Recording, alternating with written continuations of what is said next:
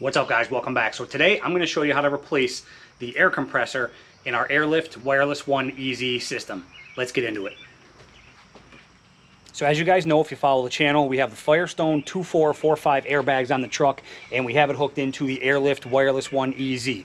Absolutely love the system. It is an awesome combo. I love being able to control my bags on the fly with my phone or the remote that comes with the system. But a couple weeks ago, I noticed my compressor, it would let the air out of the bags, but it would not inflate. So I did some diagnostics. Bottom line is the compressor went. I talked to Airlift. They were awesome. Customer service was very good. And we just decided that the compressor just was no good. Sent me a brand new one. So I'm going to show you guys how to swap it out in this video. Very, very simple to do. So let me get up in the truck. I'll show you guys where we have the system mounted. If you didn't see that install video, I do have that on the channel, but I'll show you where we have it mounted, and I'll show you what we need to do to swap it out. First things first, guys, before you do anything, of course, disconnect the battery, take off the negative side of the battery, and I even popped off the fuse of the positive terminal as well that's running up to the front of the truck. All right, so as you can see, this is where we mounted the system. I have it Velcroed onto my bed rug. Again, I go over this a little more in detail. I love this spot because it's protected from the elements. Worked out very well. So, in this wireless EZ system, the compressor is in underneath this black frame, or whatever you want to call it. So we have to get the old compressor out of there. Now, all I've done so far is I disconnected the wiring harness from the manifold. This is the manifold part right here. So I just disconnected that to make it a little easier. And then you have two wires coming out of the compressor, which I'll show you on the new one as well, but I just snipped them too. Okay, after I disconnected the battery, I just snipped them too. All right, they're really the only two wires we're going to be working with. Now, to get the old compressor out of the frame here, let me see if I can flip it around. Yep, there's 4 bolts. 1, 2, 3, 4. It's a 3/8 inch. So get your 3/8 inch wrench or ratchet or whatever you're going to use. Remove those 4 bolts. Just want to show you something real quick. So there's a black bar, looks like this. I have I have 3 of the 4 bolts removed. But these black bars, they go up underneath here. So when you're taking out the bolts basically go down through the compressor and into these black bars. It just gives it a little more support. So you'll see what I mean here as I take this last bolt out. You see that black bar that just fell? And then you remove the screw, and now the compressor is free from the frame. Okay, well, I shouldn't say it's not completely free yet. We have one more step to do, but those 4 bolts are removed and it's freed up on those spots there. Set those aside because you're going to need them. Next step is we need to remove this 1/2 inch bolt and nut right here that holds it's basically just a clamp right here that holds the hose in place that goes from the compressor to the manifold. Again, it's a 1/2 inch. Now there is a bolt on the well, actually it's on the top. We have it flipped upside down right now. So you're going to need a 1/2 inch wrench to hold down below as you get your 1/2 inch ratchet and loosen this up.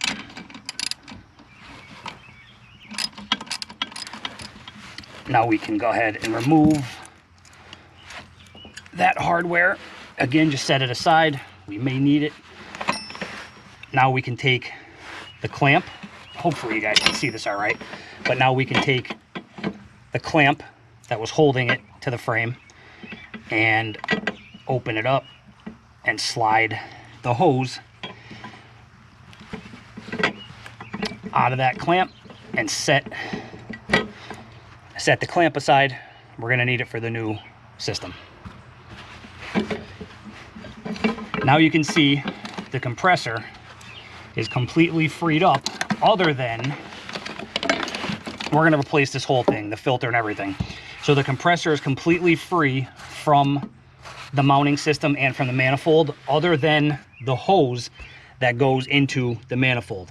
Okay, so compressor, hose runs down and connects right there. In order to free this up, let me get the camera kind of close. Let me give you a quick up close look at what this looks like, and just so you know exactly what I'm doing. Okay, so again, hose is connected to the manifold still. As you can see, there's a like coming out of the silver piece, the silver nipple here, there's a little piece of black air hose right there that's locked into the gold piece on the manifold. As you can see, you can't just pull it out. Don't try to force it. What you need to do is take anything, scissors, whatever you have, doesn't matter. You need to push in on this gold piece. Push in on that. That will allow that piece to come out. And you can see that black piece of air hose right there. Okay, now make sure before you do this, the other thing is make sure your airbags are deflated. If not, you're gonna get a whole rush of air coming out of there. All right. We now have the old compressor completely freed up and we're ready to install the new one. All right, old compressor out of the way. New compressor looks like this. Again, it only has 2 wires on it, which I'm going to show you in more detail. We're basically just going to attach these 2 wires to where we cut off the red and black off the old compressor. I'll do that using butt connectors, weatherproof butt connectors. So in order to get the new compressor ready, we have to install the new filter. So you just want to open it up. Make sure there's a filter inside that black and white piece. There should be, and they do send you a couple extra filters. So snap that back on. So we have to take the air hose that they provide, and you need to cut a piece of this whatever length you want. So I'm basically just going to duplicate what I had. So I'm going to cut a new piece of air hose about that long. And to do this, you want to use, if you have an air hose cutter, that's always best. You want this cut to be nice and clean so you don't have any problems with leaks or anything like that. If you don't have a cutter that's made for air hose, any kind of air hose, you can use like a utility knife. Again, just make sure it's a nice, straight, even cut. All right, so we have our piece of hose that we're going to use for the filter. When you look at the new compressor, you're just going to copy the old one. Basically, there's a nipple on this side of it. You're just going to pop the air hose onto that nipple, and then the other side of the air hose,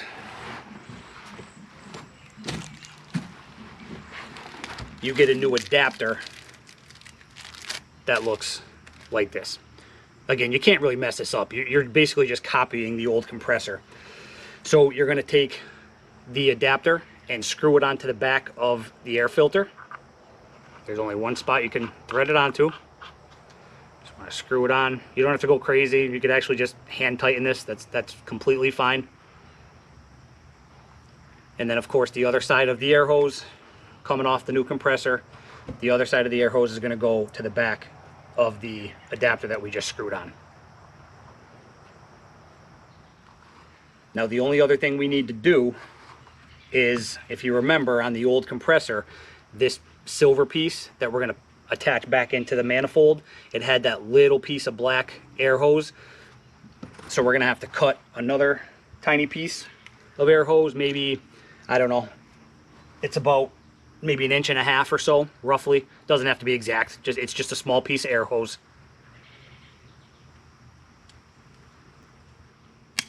After you cut that little piece of air hose, you're just going to take the new compressor, the silver part here, and you're just going to pop it in there. And you'll feel it lock into place, okay? All right, the new compressor is ready to install.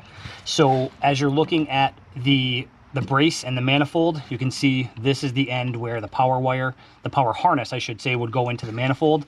Looking at it from that side, you're going to take the air filter and tuck it through, and then the compressor is going to follow suit.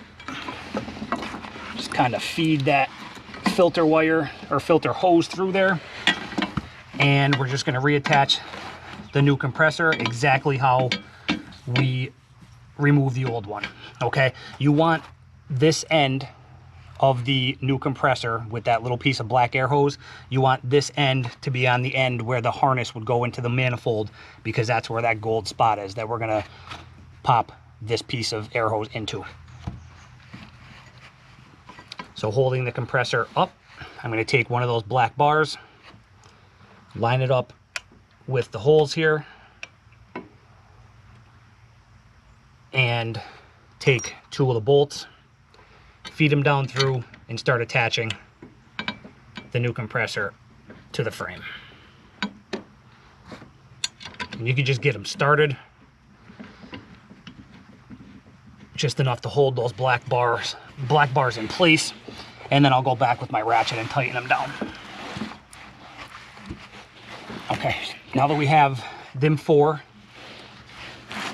bolts tightened back up, now we can take the other end and basically just push it straight into this gold piece, excuse me, where we removed it from before, and just pop it in there.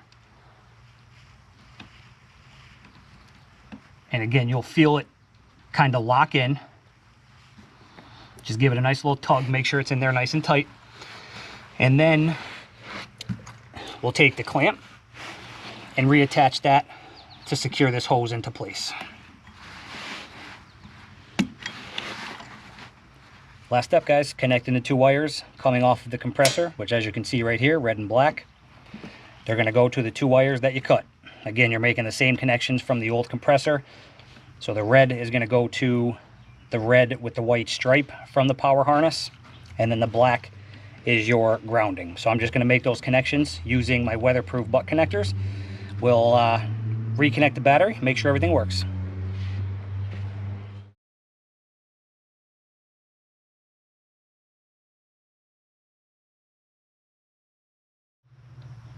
Wiring is done. And as you guys can see, not only do I use the weatherproof butt connectors, but I also like to use the heat shrink tubing over them, the kind that has the adhesive in there. So when it shrinks, it really seals it up. There's no chance of any moisture or water getting into my connections. All right, so red and black are connected. All we have left to do is plug back in our power harness, reconnect the battery, and let's make sure everything works. All right, guys, I'm running out of daylight, so I'm going to wrap this up. Basically, all I have left to do is just kind of tidy up the wiring with zip ties and stuff like that. I made my connections on the batteries. I tested it on the app on the phone and with the handheld remote. Everything is working as should. So that's how you swap out the compressor on an Airlift WirelessOne EZ. All right, any questions, comments, concerns, leave them down below. We'll get them answered for you, and we'll catch you on the next video. Take care.